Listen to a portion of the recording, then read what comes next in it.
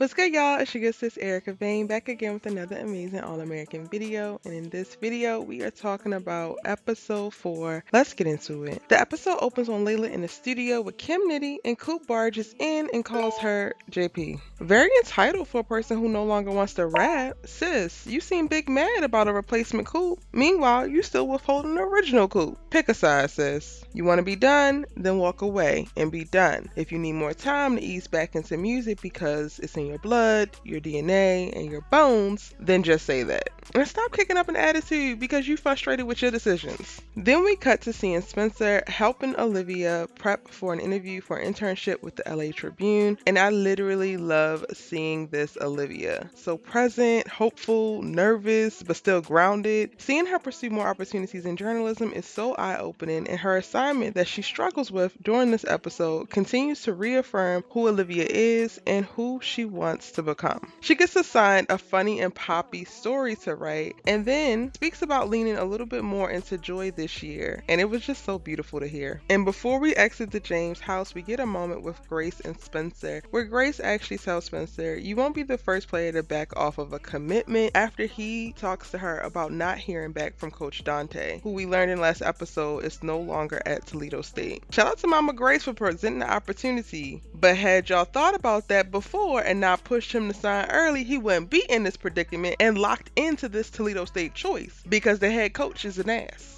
But we're going to talk about that a little bit later in the video. Shout out to Patience for checking Coop for her entitlement and ridiculous expectations on Layla when she made her decision to end her career. And she can't expect Layla to end her career too. When Coach Hudson pays Spencer a visit in the weight room, Spencer jumps right to business, asking the question, "Did you know Coach Dante was gone before I signed my letter of intent?" Which they did. And then Mr. I wish you was a pick-me type of Negro, aka Coach Hudson, proceeds to tell Spencer he thought that he would be more grateful with this golden opportunity. Y'all hear my air quotes? Golden opportunity. I lost it on a live reaction, so if you are a member of the channel, go to the members only section and check out my live reactions, because I did go ahead and record that last night when I did my first watch through of this episode. Not you out here thinking that you just coming to save me, not the savior complex that is manifesting within this white man's body. No, sir. It's an absolute no for me. But I'm not going to go too hard at the start of this video.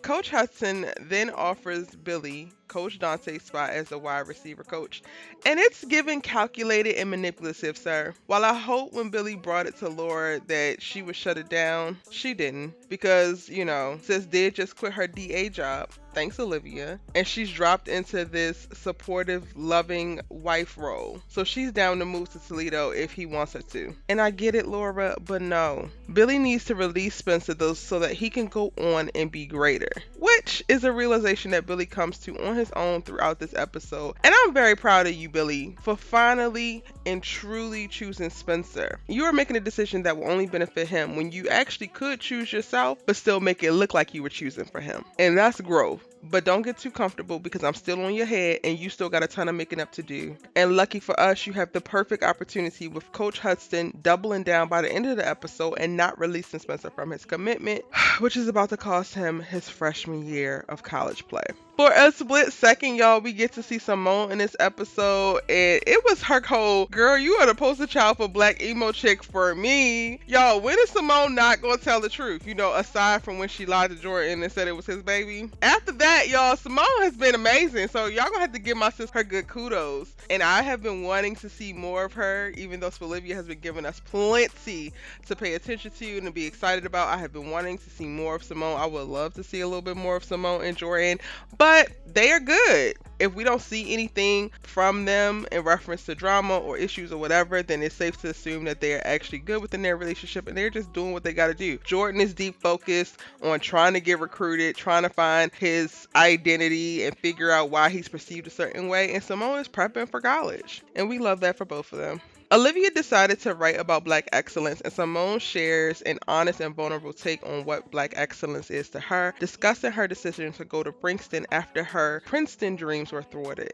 She talks about the unfair disadvantages of Black athletes and the unrealistic expectations on them to be perfect. She sees her experience to come at Brixton as an opportunity to be great along a journey without the monolithic expectation of never making any mistakes or losing your opportunities and excellence all in one fell swoop of a mistake. And when Spencer goes to give his actual interview with Olivia for her assignment as well, while he should be giving poppy and fun, he also reaffirms something that Simone was speaking to in reference to the unrealistic expectations upon black athletes when he brings up what Coach Hudson actually said to him. Olivia asked Spencer, what's it like to get an opportunity to play D1 football? And then their interview goes to a place where Spencer reviewed that Coach Hudson has an expectation that Spencer will be more grateful. And Olivia backs him, pointing out that Coach Hudson was gaslighting him with this whole expectation of this is a golden opportunity and you should be glad that you have it.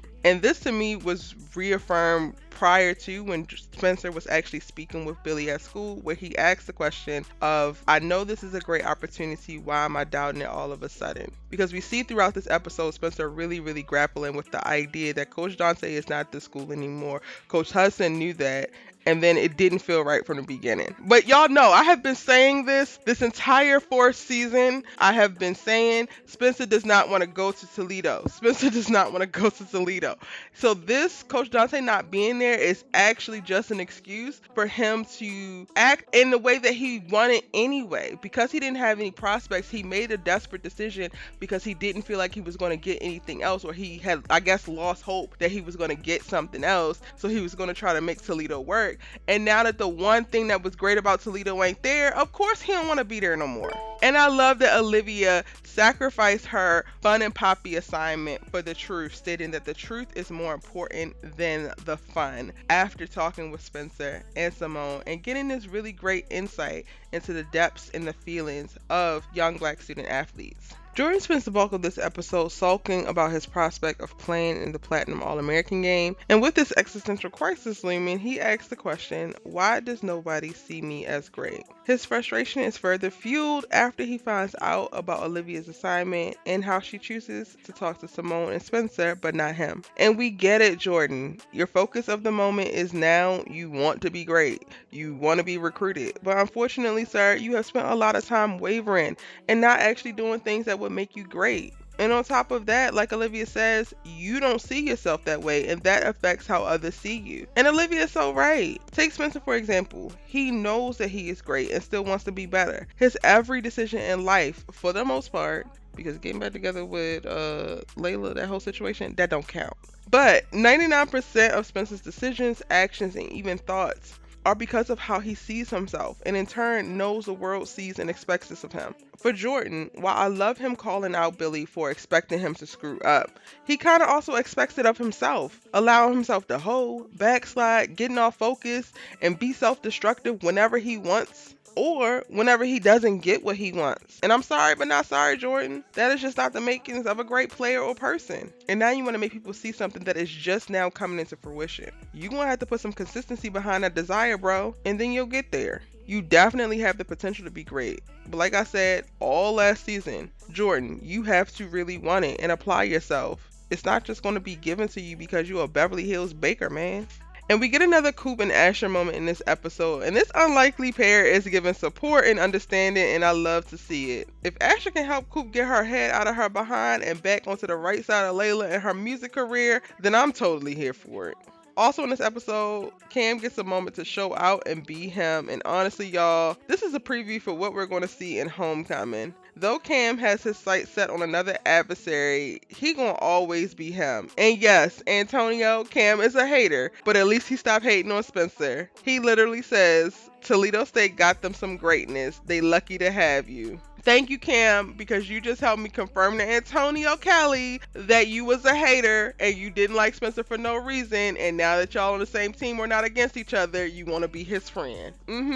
Later in the episode, we see Cam put on more theatrics in his announcement moment at halftime, deciding to remain undecided, which is what Spencer could have done, and I love this for him. We all know that he going to Brixton, but you can let it wait out a little bit, make it a little bit more, dramatic.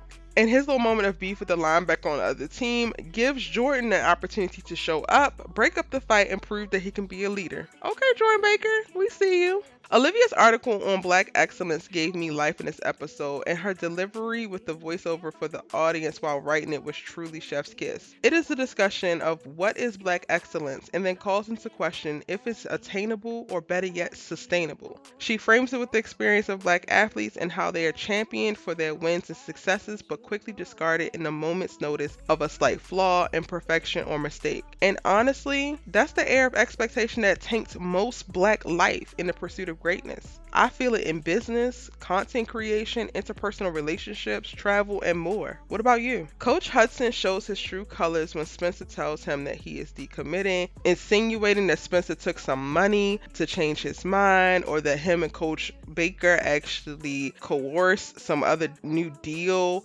Basically being ridiculous. I'm sorry, y'all. I've been really tiptoeing around the conversation about how close to the line that this man has been treading to like racism, a little bit of bigotry, as well as his drop down into his white privilege and just entitlement.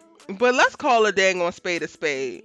And it was this reaction that to me confirmed all of what I suspected while watching him on screen at the start of the episode. He gave manipulative, he gave calculation, he gave white savior complex. He just gave like this is not right, and it's almost like a switch flipped. As soon as Spencer said, I am decommitting, to now he was no longer a priority. Now he basically wasn't nothing. Now he is something that you could speak to with low regard. And I hate that for you, sir. You should really do better in your life. But on a lighter note, Spencer and Billy have the most endearing moment at the end of the All-American game, and we get reminded of how great Billy being introduced into Spencer's life has been, and how amazing it's been for Spencer to be introduced into Billy's. Alright, NK.